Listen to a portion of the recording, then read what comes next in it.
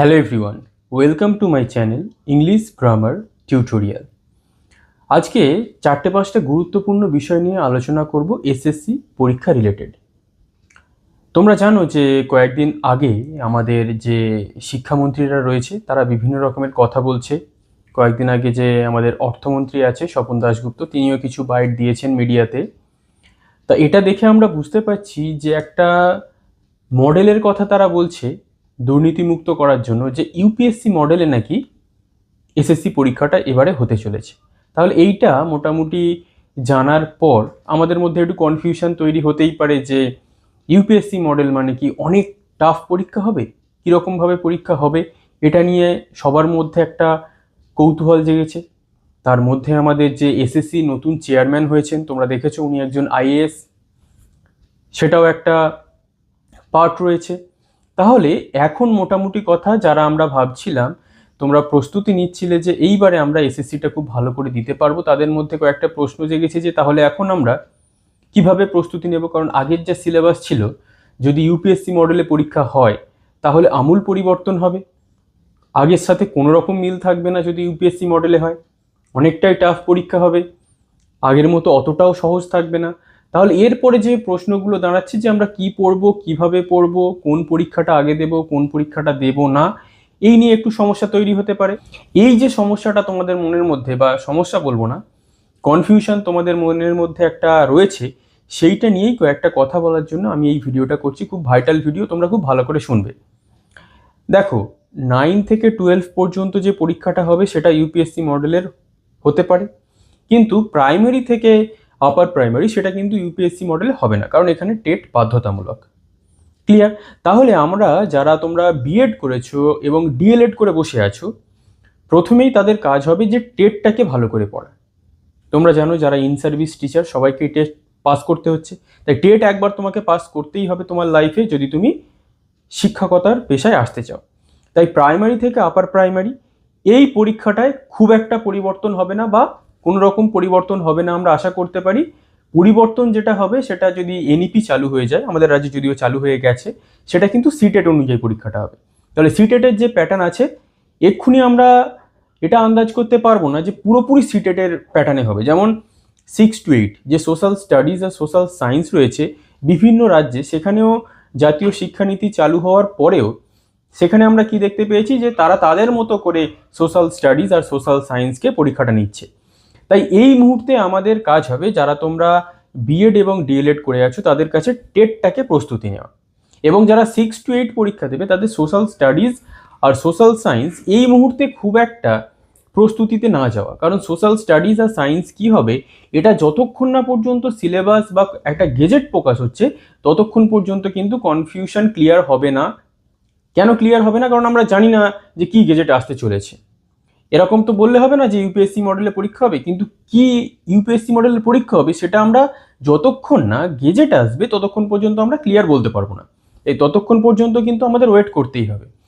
এবং একটা বিষয় দেখা যাচ্ছে যে তোমরা যারা আমাকে বারবার বলছো যে স্যার আপনি ব্যাচ খুলুন, ব্যাচ খুলুন, দেখো এখন আমি ব্যাচ তোমাদের জন্য এটা খুললাম, কিন্তু আমি তোমাদের সিলেবাস জানি না, 100% জানি না যে এইটাই হবে, তাহলে আমি তোমাদেরকে কি পড়াবো? যদিও আমি যে সাবজেক্টটা পড়াচ্ছি, যেমন চাইল্ড ডেভেলপমেন্ট অ্যান্ড সাইকোলজি বা পেডাগজি আর ইংলিশ, এটার সিলেবাস কিন্তু পরিবর্তন হবে না। তবুও আমি ব্যাচ কেন খুলছি না? কারণ আমি চাই একটা কংক্রিট জিনিস জানার পর তবেই আমি ব্যাচটাকে লঞ্চ করব।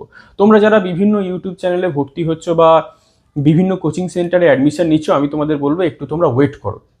এই মুহূর্তে টাকা পয়সা খরচ করার কোনো লাভ নেই। কেন লাভ নেই? কারণ ধরো তুমি একটা সোশ্যাল স্টাডিজ প্রস্তুতি নিয়ে ফেললে, অনেক বড় চ্যাপ্টার সোশ্যাল স্টাডিজ আর সোশ্যাল সায়েন্স, এবং যে সিলেবাসটা গেজেটে প্রকাশ করলো, নোটিফিকেশনে প্রকাশ করলো, দেখা যাচ্ছে যে অন্য ধরনের একটা সিলেবাস, তাহলে সেটা এই যে তুমি এতদূর পড়াশোনাটা করলে খুব একটা লাভজনক হলো না।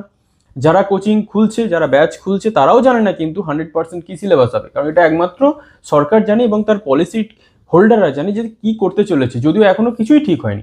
তাহলে যে জিনিসটা এখনো ঠিক হয়নি সেটা আমরা কিভাবে বলতে পারি? যেটা এখন আমাদের সরকারও আমাদের বলতে পারছে না, আমরা একটুখানি ইউটিউব পড়িয়ে সব বলে দিতে পারবো? কোনোদিনই সম্ভব নয় সেটা। যদিও এটা কংক্রিট নিয়ম আসবে, আগের মতো ওই রকম হ্যাপাজার্ডলি কিছু হবে না, একটা কমপ্লিট গাইডলাইন আসবে, সেই গাইডলাইনই হবে। এরপর আমি তোমাদের কেন বলছি যে প্রাইমারি আর আপার প্রাইমারি পড়ার জন্য বলে দিলাম, কেন বলছি যে 9 to 12টা এই মুহূর্তে স্টপ রাখো, কারণ 9 to 12 তোমরা যেটা পড়ছো আগের সিলেবাস অনুযায়ী পড়ছো, যার যা সাবজেক্ট। তাহলে যার যা সাবজেক্ট আগের সিলেবাস যদি তোমরা অনুযায়ী পড়ো, দেখা গেল যে এখন যে গেজেটটা এলো পুরো সিলেবাস চেঞ্জ যদিও হবে, তাহলে এটা পড়াটার কোনো মূল্য রইল না। কিন্তু যদি তুমি টেটটাকে, যেমন চাইল্ড ডেভেলপমেন্ট অ্যান্ড পেডাগজি যে ক্লাসগুলো আমি করাচ্ছি এগুলো যদি তোমরা দেখে রাখো, ইংলিশ পেডাগজি যে ক্লাসগুলো আমার করানো রয়েছে সেগুলো যদি তোমরা দেখে রাখো, তাহলে কিন্তু তোমাদের ওটা 100% কাজে লাগবে। কিন্তু 9 to 12-এর সাবজেক্টটা সেটা এমনও হতে পারে 100% বেকার হয়ে গেল, পুরো আলাদা সিলেবাস চলে আসলো। এই জন্য আমি তোমাদের বলছি একটু ওয়েট করে যাও। অনেক বছর তোমরা ওয়েট করেছো, আর কিছু মাস ওয়েট করে যাও, দেখবে তোমরা একটা সঠিক গাইডলাইন তোমাদের সামনে চলে এসছে। তাহলে আমাদের অপেক্ষা করতে হবে আমাদের যে নতুন এসএসসি চেয়ারম্যান তিনি কি বলছেন, আমাদের যে শিক্ষামন্ত্রী রয়েছেন তিনি কি বলছেন, আমাদের যে সরকার যে পলিসি ঠিক করছে তারা কি বলছে।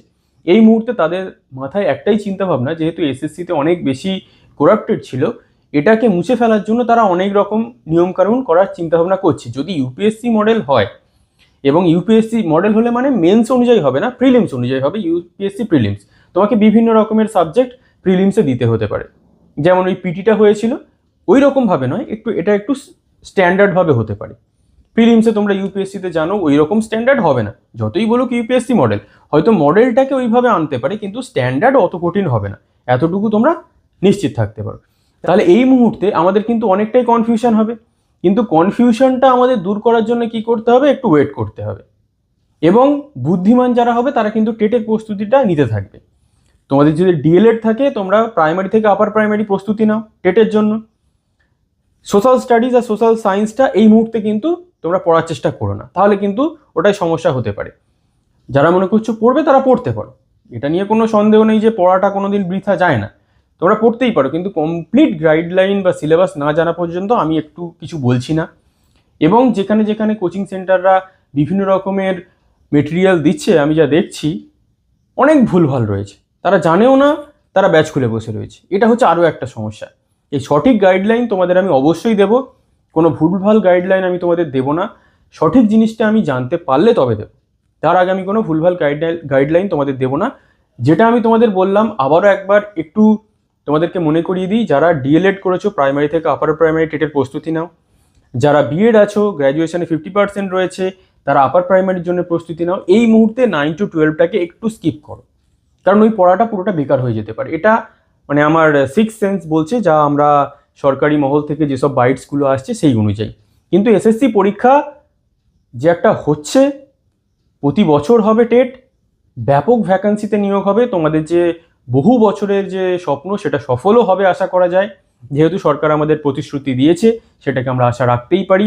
তাই এই মুহূর্তে এসএসসি নিয়ে যা চলছে ইউটিউবে বিভিন্ন রকমভাবে তোমাদেরকে মোবিলাইজ করার চেষ্টা চলছে, ভুলভাল বোঝানোর চেষ্টা করা হচ্ছে ব্যাচে ভর্তি করানোর জন্য, সেটা আমি করব না। ব্যাচও এই মুহূর্তে আমি খুলছি না, যেমন English pedagogy, child development and পেডাগজির ক্লাস আমার চলছে সেইভাবেই ক্লাস চলবে, কোনো রকম বিভ্রান্তি আমি তোমাদের মধ্যে ছড়াতে চাই না। আশা করব যা আমি তোমাদের বললাম তোমরা সেটা ভালো করে বুঝতে পেরেছো। এরপরেও যদি তোমাদের মনে থাকে যে কোনো কনফিউশন রয়েছে অবশ্যই তোমরা কমেন্ট করবে, সেই কমেন্টের রিপ্লাই আমি 100% দিয়ে দেবো। তাহলে আজ এই পর্যন্তই, থ্যাংক ইউ ফর ওয়াচিং। কোনো রকম কনফিউশন নয়, ক্লিয়ার ধারণা পাওয়ার জন্য চ্যানেলটাকে সাবস্ক্রাইব করে রাখো। Thank you for watching.